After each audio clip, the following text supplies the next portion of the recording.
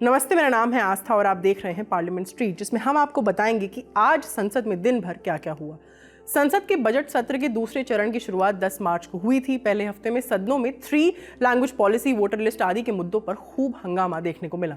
12 मार्च की कार्रवाई के बाद संसद में होली की छुट्टी हो गई थी। आज सबसे पहले रुख करते हैं लोकसभा का। लोकसभा में प्रश्नकाल से ही गहमा गहमी देखने को मिली। कांग्रेस सांसद गौरव गोगोई ने वन एवं पर्यावरण मंत्रालय से जुड़े सवालों का जवाब देने के लिए कैबिनेट मंत्री भूपेंद्र यादव की सदन से गैर मौजूदगी पर सवाल उठाए। गोगोई ने कहा, हालांकि राज्य मंत्री भी जवाब दे सकते हैं, लेकिन भूपेंद्र यादव अगर सदन में होते तो उन्हें उनके सवालों के जवाब मिल जाते। इसे लेकर विपक्षी सदस्यों ने हंगामा किया। इस सदन में आज हम कैबिनेट मिनिस्टर भूपेंद्र यादव को मिस कर रहे हैं। अगर वो उपस्थित होते तो आज हमारे प्रश्नों का उत्तर मिलता। उनके पिता, अगर आज ये जब ये सवाल है, उनके पिताजी एक्सपायर हो गए, आज ये जब सवाल है तो उनको उपस्थिति होनी चाहिए। एक मिनट, एमओएस दे सकते हैं, पर आज वो उपस्थित क्यों नहीं है सर? एक मिनट उनके वो उत्तर दे सकते हैं, पर एक मिनट। जिसके बाद स्पीकर ओम बिरला ने साझा किया कि भूपेंद्र यादव के पिताजी का देहांत हो गया है, इसी वजह से वे सदन से अनुपस्थित हैं। तत्पश्चात गोगोई ने यादव के परिवार के प्रति संवेदना व्यक्त की। गौरव जी, एक मिनट। उनके पिताजी एक्सपायर हो गए हैं, उनकी सूचना मुझे सदन में दे दी है, इसलिए राज्य मंत्री जवाब दे रहे हैं। अध्यक्ष महोदय, हमारी संवेदना उनके साथ है और उनके परिवार के साथ है। प्रश्नकाल के दौरान ही गोगोई ने असम के वन क्षेत्र में 86 स्क्वायर किलोमीटर्स की कमी का मुद्दा उठाया। उन्होंने कार्बी आंगलोंग, दीमा हसाओ जिले में गैर कानूनी कोयला खनन के चलते बड़े पैमाने पर हो रही वनों की कटाई की बात कही। केंद्र सरकार को घेरते हुए उन्होंने आगे सवाल किया कि प्रभावित इलाकों में पर्यावरण को बट्टे लगाती इस प्रैक्टिस के लिए क्या केंद्र इंस्पेक्शन टीम भेजेगा। उन्होंने जिला वन अधिकारियों की भूमिका पर भी सवाल उठाते हुए निष्पक्ष जांच की मांग की। Assam forest cover has reduced by 86 square kilometers between 21 and 23। ये India state of forest report का है। तो जितना भी गतिविधियों का उल्लेख आदरणीय मंत्री ने किया है, हो सकता है कि राज्य सरकार इनके एडवाइजरी को पालन नहीं कर रही, या ये जो फंड्स भेज रहे हैं उसका राज्य सरकार दुरुपयोग कर रही, क्योंकि फॉरेस्ट कवर बढ़ा नहीं है, पिछले 3-4 सालों में घटा है। और सबसे ज्यादा कहां हो रहा है? सबसे ज्यादा हो रहा है कार्बी आंगलोंग में, सबसे ज्यादा हो रहा है डीमा हसाओ में, जहां पर सिवियर डिग्रेडेशन हो रहा है, क्योंकि वहां पर जंगल काटे जा रहे हैं और अवैध कोयला खनन हो रहा है। मैं जानना चाहता हूं सरकार से कि क्या ये जो फॉरेस्ट ज्यादातर कार्बी आंगलोंग और डीमा हसाओ में अवैध कोयला खनन के द्वारा घटे जा रहे हैं, क्या वहां पर सेंट्रल टीम जाएगी? क्या वहां पर इंक्वायरी बैठाएगी? और डिस्ट्रिक्ट फॉरेस्ट ऑफिसर्स का क्या रोल रहा है? क्या उन पर इन्वेस्टिगेशन होगी? शून्यकाल के बाद सदन में रेल मंत्रालय की अनुदान मांगों पर चर्चा की शुरुआत वर्षा गायकवाड़ ने की। चर्चा शुरू कराते हुए ओम बिरला ने कहा कि इस पर बातचीत देर रात तक जारी रह सकती है। उद्देश्य ये है कि ज्यादा से ज्यादा सदस्य इस चर्चा में भाग ले पाएं। प्रश्नकाल के दौरान बीजेपी के सुरेश कुमार कश्यप ने श्रम मंत्रालय से जुड़े सवाल पूछे। के माध्यम से माननीय मंत्री से जानना चाहूंगा कि ई श्रम पोर्टल पर रजिस्ट्रेशन के लिए क्या मापदंड हैं, रजिस्ट्रेशन के लिए किन दस्तावेजों की आवश्यकता होती है, तथा असंगठित क्षेत्र में कामगारों के डेटा का उपयोग किस प्रकार से किया जाता है। मैं माननीय मंत्री से जानना चाहूँगा। और साथ ही साथ देश में, जैसा कि उत्तर में बताया गया कि 30.70 करोड़ अनऑर्गेनाइज सेक्टर में काम करने वाले वर्कर्स हैं, और मेरे प्रदेश में 19.89 लाख असंगठित क्षेत्र के कामगार हैं। ई श्रम पोर्टल वन स्टॉप सॉल्यूशन के माध्यम से किस प्रकार से इन रजिस्टर्ड कामगारों की सहायता कर सकता है, तथा रजिस्ट्रेशन के बाद जो पंजीकृत कामगार है उसको कैसे पता चलेगा कि उस किस स्कीम के लिए नामांकित है। माननीय मंत्री से जानना चाहिए। इनका जवाब देते हुए श्रम एवं रोजगार मंत्री डॉक्टर मनसुख मांडविया ने पीएम आवास योजना का जिक्र किया। इस पर स्पीकर ने उन्हें टोका और कहा, श्रम कार्ड से आवास नहीं मिलेगा। इसके जवाब में डॉक्टर मांडविया ने जो कहा आप देख सकते हैं। माननीय अध्यक्ष महोदय, जो ई श्रम पोर्टल पर अनऑर्गेनाइज्ड सेक्टर के श्रमिक रजिस्टर हो जाते हैं, उसको कई टाइप की भारत सरकार की स्कीम के साथ जोड़ा गया है। फॉर एग्जाम्पल, अध्यक्ष महोदय, कोई गाँव में कोई गरीब परिवार के व्यक्ति है, उन्होंने ई श्रम पोर्टल पर रजिस्ट्रेशन करा, तो तुरंत ही हाउसिंग मिनिस्ट्री उसको चेक करेगी, ग्राम विकास मंत्रालय उसको चेक करेगा, उसमें से फ्लैग होगा कि उसके पास आवास नहीं है, तो तुरंत ही उसका अप्रोच करके लास्ट माइल व्यक्ति तक उसका फायदा हो वो प्रधानमंत्री आवास थोड़ी मिलेगा उसको। यस, प्रधानमंत्री आवास नहीं मिलेगा। ई श्रमिक पोर्टल वाले को प्रधानमंत्री आवास थोड़ी मिलेगा माननीय मंत्री जी। हाँ अध्यक्ष महोदय, नहीं मिलेगा। क्यों? प्रधानमंत्री ई श्रमिक पोर्टल वाले को प्रधानमंत्री आवास तो ग्रामीण विकास मंत्रालय की प्राइवेट उसी को मिलेगा ना। अध्यक्ष महोदय, मैं वही कहना चाहता हूँ। मिल जाएगा मकान। चंडीगढ़ के कांग्रेस सांसद मनीष तिवारी ने क्रांतिकारी भगत सिंह और बटुकेश्वर दत्त द्वारा फेंके गए लाल पर्चों के ठिकानों को लेकर सवाल किए। रिपोर्ट्स का हवाला देकर तिवारी ने पूछा कि ये ऐतिहासिक डॉक्यूमेंट्स कहाँ हैं, क्या सरकार को इस विषय में कोई जानकारी है। साथ ही उन्होंने 1901 और 1947 के बीच औपनिवेशिक सरकार की तरफ से प्रबंधित कांग्रेस पर्चे जो ब्रिटिश म्यूजियम में रखे हैं का मुद्दा भी उठा। आज से 96 वर्ष पहले जब शहीद आजम भगत सिंह और बटुकेश्वर दत्त ने केंद्रीय विधानसभा में अपना विरोध दर्ज किया था, तो उन्होंने कुछ पर्चे फेंके थे। उस पर्चे को रेड पैम्फलेट कहते हैं। उस पर्चे की कुछ प्रतिलिपियां और उनका कुछ निजी सामान जो सार्वजनिक खबरें हैं उसके अनुसार अभी भी पार्लियामेंट स्टेशन के पुलिस स्टेशन के मालखाने में पड़ा है। अब सरकार की तरफ से यह जवाब आया है कि ऐसा नहीं है। मैं इसमें कोई विरोधाभास में नहीं पड़ना चाहता, पर मैं सरकार से यह आग्रह करना चाहता हूं, बहुत विनम्रता से आग्रह करना चाहता हूं कि यह हो सकता है कि जिस चीज का मैंने जिक्र किया और उसके साथ साथ कुछ और भी ऐतिहासिक सामान उस मालखाने में पड़ा हुआ है। इंडिया ऑफिस लाइब्रेरी लंदन में और ब्रिटिश म्यूजियम में 1607 ऐसे पर्चे हैं जो 1901 से लेकर 1947 तक उन पे जो साम्राज्यवादी सरकार थी उसने प्रतिबंध लगाया है। ये जो पर्चे हैं पैम्फलेट्स, इसमें अधिकतर अखिल भारतीय कांग्रेस कमेटी के पैम्फलेट्स हैं। मनीष तिवारी आगे बोले, 2017 में सार्वजनिक किए जा चुके इन ऐतिहासिक दस्तावेजों की प्रतिलिपियों को वापस लाने के लिए सरकार क्या कदम उठा रही है। ये 2017 में ही डिक्लासिफाई हुए, 17-18।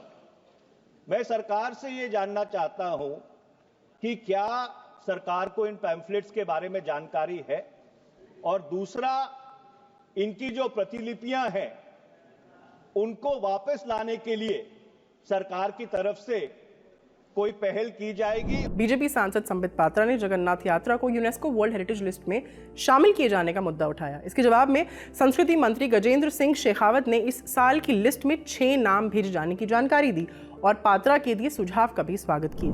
महाप्रभु जगन्नाथ जी का धाम पूरी धाम चतुर्धाम में से एक अग्रम धाम है और इस धाम में प्रत्येक वर्ष महाप्रभु जगन्नाथ अपने बड़े भाई बलभद्र जी और अपनी बहन सुभद्रा जी के साथ रथारूढ़ होते हैं, रत्न सिंहासन से उतर करके रथारूढ़ होते हैं।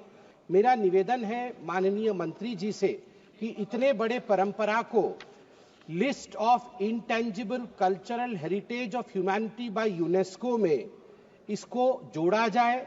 मैं माननीय सदस्य के सुझाव के लिए उनका धन्यवाद करना चाहता हूं।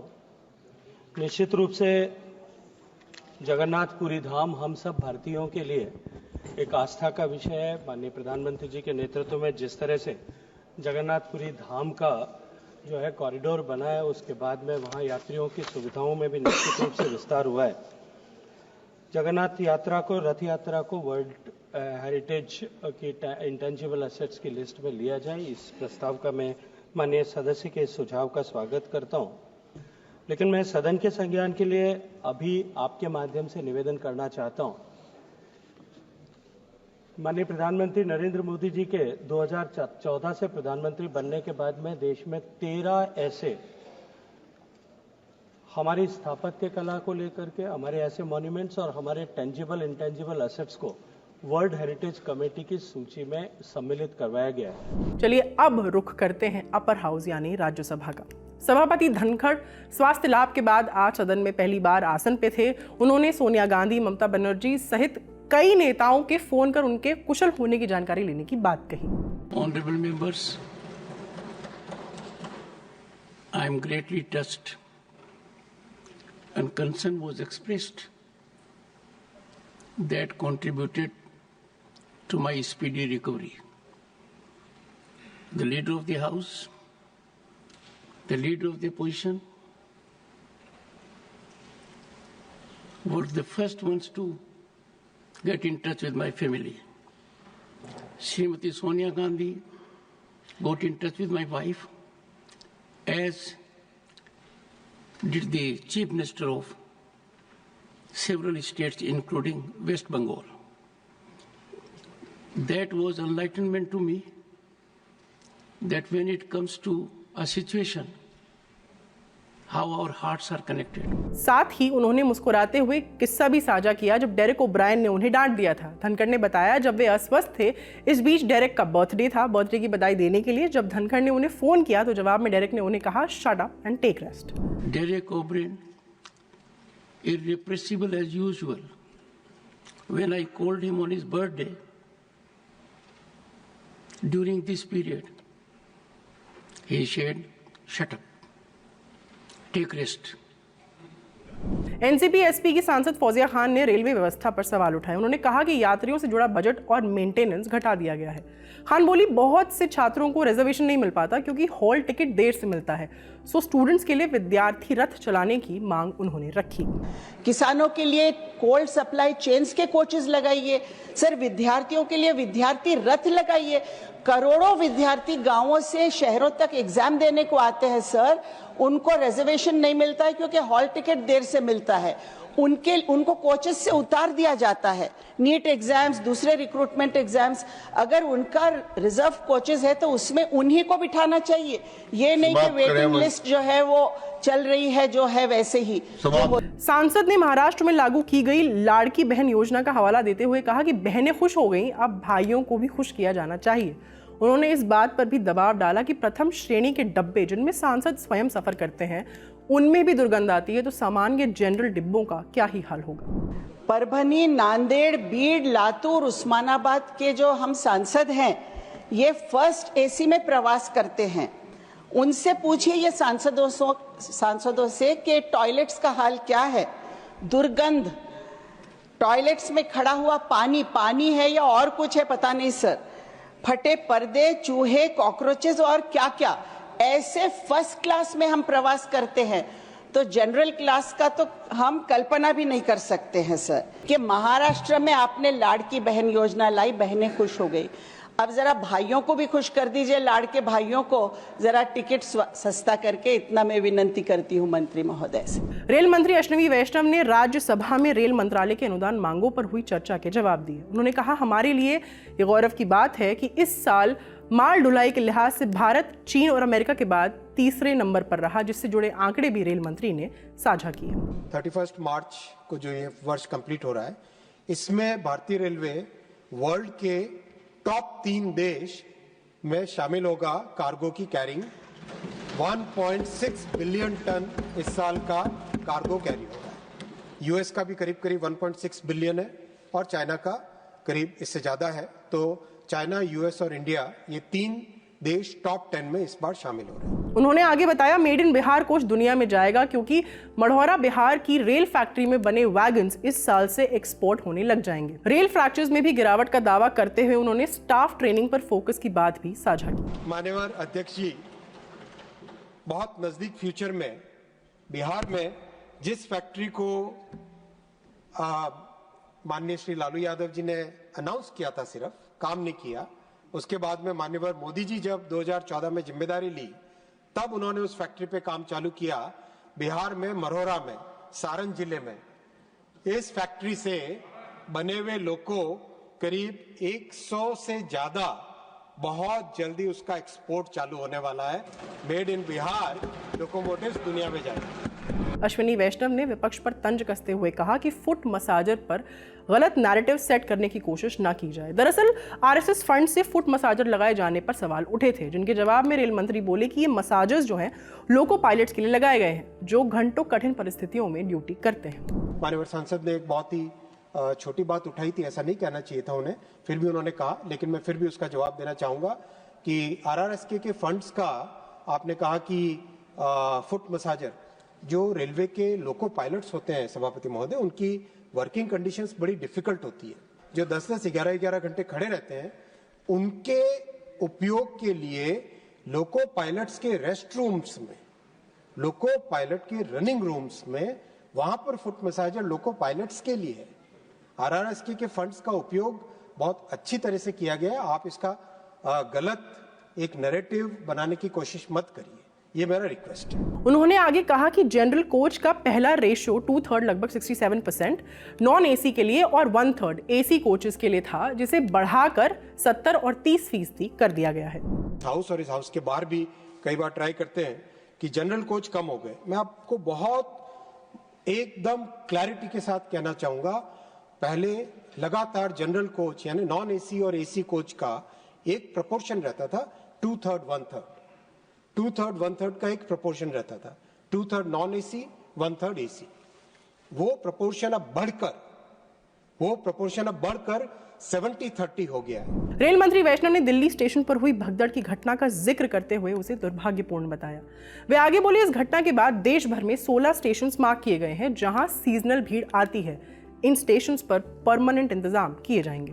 एक इंसिडेंट हुआ, बहुत ही दुखद और दर्दनाक इंसिडेंट हुआ न्यू दिल्ली स्टेशन में, लेकिन ओवरऑल महाकुंभ के टाइम में जो पब्लिक का एक्सपेक्टेशन था, उस एक्सपेक्टेशन को पूरा किया, जिससे कि देश भर में 60 स्टेशंस हैव बीन आइडेंटिफाइड जहां पे सडन रश आता है, सीजनल रश आता है, तो उन सब में परमानेंट होल्डिंग एरियाज बनाएंगे, फुल एक्सेस कंट्रोल करेंगे, latest modern CCTV cameras, latest modern walkie talkies, हर तरह के जो भी स्टेप्स लेने, उसके 10 आइडेंटिफाइड स्टेप्स हैं, उन स्टेप्स के हिसाब से, जिससे कि भविष्य में इस तरह की दिक्कत नहीं आए। रेलवे के कामकाज के बाद मणिपुर अप्रोप्रिएशन बिल पर चर्चा शुरू हुई। गुजरात के कांग्रेस सांसद शक्ति सिंह गोहिल ने 3 लाख करोड़ से ज्यादा के रेवेन्यू में कटौती का मुद्दा उठाया और बोले कि इस फैसले से मणिपुर के लोगों को बहुत परेशानी हो रही है। गोहिल बोले, यह हमें स्वीकार नहीं, राजनीति से ऊपर उठकर यह संदेश देने की जरूरत है कि ना सिर्फ हमारा दिल बल्कि हमारा जमीर भी मणिपुर के लोगों के साथ है।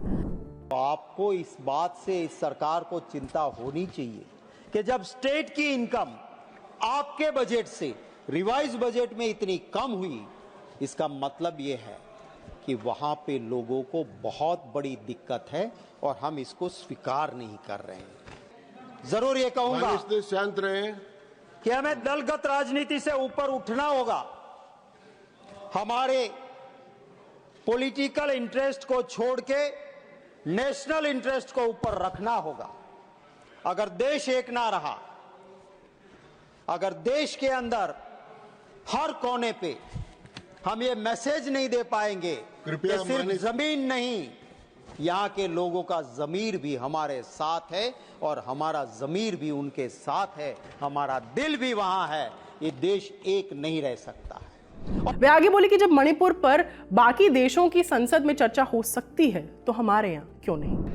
अगर ब्रिटेन की पार्लियामेंट इस पे चर्चा कर सकती है, अगर यूरोप की पार्लियामेंट में ये चर्चाएं हो सकती है, अगर दुनिया के देश इसकी चिंता कर सकते हैं, क्यों हमें चिल्लाना और लड़ना पड़े कि मेरे देश की पार्लियामेंट में मेरे देश के राज्य मणिपुर की चर्चा हमें दो, उसके लिए हमें क्यों लड़ना पड़े? मैं मानता हूं कि हमें इस बात को जरूर सरकार इस बात को उस सिर्फ पॉलिटिकल एस्पेक्ट से नहीं, सही मायने में ले। गोहिल ने मणिपुर से जुड़े कई डिस्टर्बिंग आंकड़े बताए और फिर बीजेपी को भी आड़े हाथ लिया। उन्होंने कहा कि मणिपुर में बीजेपी की सरकार थी, रेवेन्यू खर्च 61% और कैपिटल खर्च केवल 39%। ऐसे में मणिपुर का विकास कैसे होगा? वे आगे बोले, अगर जरूरत हो तो मेरी तनख्वाह में से भी कटौती कर लो, पर मणिपुर को उसका हक मिलना चाहिए। सर, पूरे देश में पर कैपिटा इनकम कम वाले राज्यों में से मणिपुर आता है। हम बात अगर जीएसटीपी की करें तो ग्रॉस स्टेट डोमेस्टिक प्रोडक्ट और स्टैग्नेंट होके रखी है। क्या हम इस राज्य के लिए कुछ ज्यादा उदार नहीं हो सकते थे? भारत सरकार से हम पैसे हमारी प्रसिद्धि के लिए या इकोनॉमिक मेजर्स ले लें, मंत्रियों के खर्चे में भी थोड़ा कम कर लें, अरे हमारी भी तनख्वाह थोड़ी काट लो, पर मणिपुर के लोगों की चिंता करो। मैं यही कहना चाहता हूं। तृणमूल कांग्रेस सांसद सुष्मिता देव ने डबल इंजन सरकार का मुद्दा उठाया। With the practice of increasing cess and surcharges for the simple reason that it adversely impacts the divisible pool of taxes. It is a less transparent way and states do not get an allocation from it. But till today, Government of India is blind to those recommendations. So, your double engine, where you have BJP chief ministers, I speak to them and appeal to their conscience that you may think you are one of the drivers in the state, but actually you are not driving that second engine. So I come to Manipur. Manipur के लोगों ने तो देश के प्रधानमंत्री को दो term double engine सरकार दिया सर, 17 में दिया, 22 में दिया और 22 में एब्सोल्यूट मेजॉरिटी में दिया सर। पर आज what happened? What has this double engine सरकार given to the people of Manipur? Sir मैं तो मणिपुर एक बारी नहीं 1000 बार गई हूं। मेरे क्षेत्र के पास में ही मणिपुर का सर बॉर्डर है। सर मैंने जो अपनी आंखों से देखा है वो मैं बोलती हूं कि Manipur is burning, Manipur is burning and I appeal to the Honorable Finance Minister of India that Madam, today what we expected for our neighboring state, जिसको Jewel of India कहते हैं, that you will not give us a run-of-the-mill budget. We don't want a run-of-the-mill budget. It was a golden opportunity for Prime Minister Modi to vindicate himself, and I had introduced that idea in the Parliament, saying give them a package. साथ ही उन्होंने मणिपुर मांगों पर चर्चा के दौरान कहा कि act east कहा गया, पर मणिपुर के मामले में हुआ है एक्ट लीस्ट।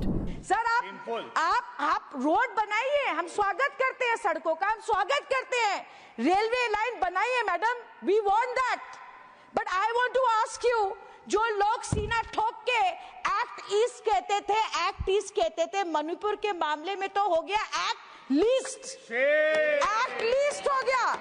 22 महीने मणिपुर जलता रहा सर। राष्ट्रपति शासन पहले भी लगाया गया है, पर मणिपुर में जिस तरह ये लगाया गया उसे देश कभी नहीं भूलेगा। उन्होंने मणिपुर टेप्स मामले का जिक्र करते हुए कहा कि मणिपुर में दंगे किसने कराए ये 24 मार्च को सुप्रीम कोर्ट में साफ हो ही जाएगा। हम प्रधानमंत्री जी के विपक्ष में बोलते हैं, ये डेमोक्रेसी में होता है सर, पर मेरा मानना है कि पूरे सदन में जितने भी सदस्य बैठे हैं, चाहे वो मणिपुर के महाराज हो या जो एकमात्र उत्तर पूर्वांचल की सांसद में ऑपोजिशन में बैठी हूं, मुझे लगता है दैट कोई भी ये अस्वीकार नहीं कर सकता कि मणिपुर में जो हुआ दैट इज अनप्रेसिडेंटेड। ऐसा नहीं है कि मणिपुर में प्रेसिडेंट्स रूल पहले नहीं हुआ, जरूर हुआ, और मेरा विश्वास है कि बीजेपी के लोग बोलेंगे कि यहां हुआ, वहां हुआ, इस वक्त हुआ, उस हालात में हुआ, पर सर मैं ये कहती हूं जिस हालात में मणिपुर में प्रेसिडेंट्स रूल हुआ, ये देश कभी नहीं भूलेगा सर, ये देश कभी नहीं भूलेगा। पार्लियामेंट स्ट्रीट की रिकॉर्डिंग हम पार्लियामेंट सेशन समाप्त होने से पहले कर रहे हैं। सदन में चर्चा अभी भी जारी है। कोई जरूरी मुद्दा अगर आज रह गया तो उसे आपसे कल साझा करेंगे। अभी के लिए विदा लेती हूं।